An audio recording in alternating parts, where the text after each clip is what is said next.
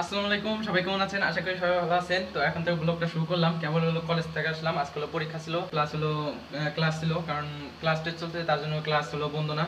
তো ক্লাস না করে আজকে চলে আসি, কারণ হলো পরীক্ষার পরে হলো পিটি করাইতেছিল, তার জন্য পিছন থেকে পলায় চলে আসি। তো এখন আইসি আইসে হলো প্রচুর খেতে লাগছে। এখন বানাইতেছিল নুডলস, এই যে পানি হলো গরম দিচ্ছে, আমার স্পেশাল নুডলস বানাইতেছি, এখন নুডলস খাবো। তো ভাবছিলাম কি সকালে ব্লগ করবো, কিন্তু সকালে ব্লগ করি নাই, তাড়াহুড়ো করে বেরিয়ে গেছি, কারণ হলো 6:30 উঠছি, 6:10-20 উঠছি, রেডি হতে হতে 6:50 হয়ে গেছে, কারণ 7টার সময় হলো বাস, তার জন্য আর ব্লগ করে যেতে পারিনি। আর মেন কথা হলো ব্লগ সময় পাইনি সেটা না, আবার ভুলেও গেছিলাম ব্লগ করার জন্য, তার জন্য আর ব্লগ করতে নাই। তো আজকের ব্লগটা দেখতে থাকুন, আশা করি ভালো লাগবে। যে নুডলস বানাইতেছি, এটা হলো নুডলস না, এটা হলো ডুডলস। ডুডলস আর ম্যাগি হলো সবচেয়ে ভালো। ম্যাগির উপরে কোনো নুডলসই নাই, কিন্তু এই ডুডলস এখন কিছু করার নেই, ঘরে ডুডলস আছে, এই ডুডলসই খাবো।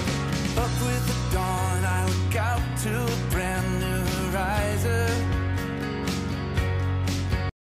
তো এটা হলো আমার ব্যাচেলার রুম। যারা যারা রেসিপিটা দেখবেন, তারা মানে যারা যারা রেসিপিটা দেখতে চান, তারা এই যে এই ভিডিওটা দেখেন। আশেপাশে আমি একটা দিয়ে দিই, মানে ওই ভিডিওটা দেখেন যে ব্যাচেলার নুডলসের রেসিপিটা কিরকম, অবশ্যই দেখবেন, আসলে ভালো লাগবে আপনাদের। 2000 years later.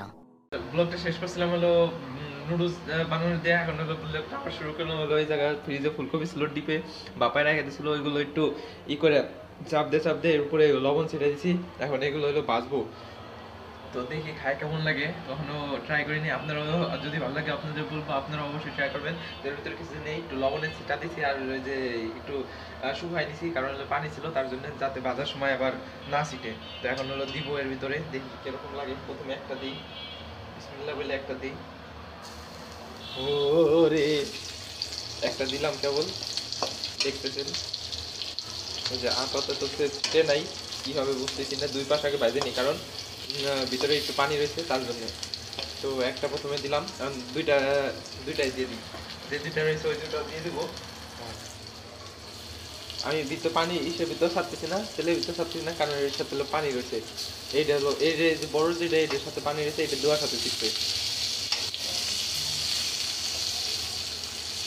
তো দুই পাশে ভাজে দিই যাতে পানি না ছিটে, তো ভাজে দিই, তারপর দেখে আপনাদের। তো এই ভাজা হয়ে গেছে, দেখেন। তো ভাজা কড়া ভাজা করে ফেলাইছি, আর কড়াই তো গেছে পুড়ে, কারণ আম্মুরে বলা যাবে না, আম্মু বললে রাগ করবে। তো কড়াই আগেই পুড়ে গেছিলো, কারণ ডিম ভাজছিলাম, তার জন্য তখন একবার রকম করছি, কড়াই পুড়ে ফেলাইছি। এখন আবার ফুলকপি ভাজতে যা পুড়ে ফেলাইছি, আম্মু বলা যাবে না, কিন্তু ভাজা হয়ে গেছে। এখন দেখি খাইয়ে দেখি কেমন। এই যে একটু ছিঁড়ে নিছি, এখন খাইয়ে দেখি কেমন লাগে।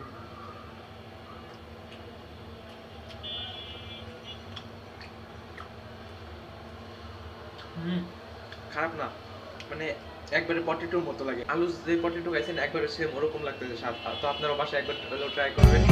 Reminiscing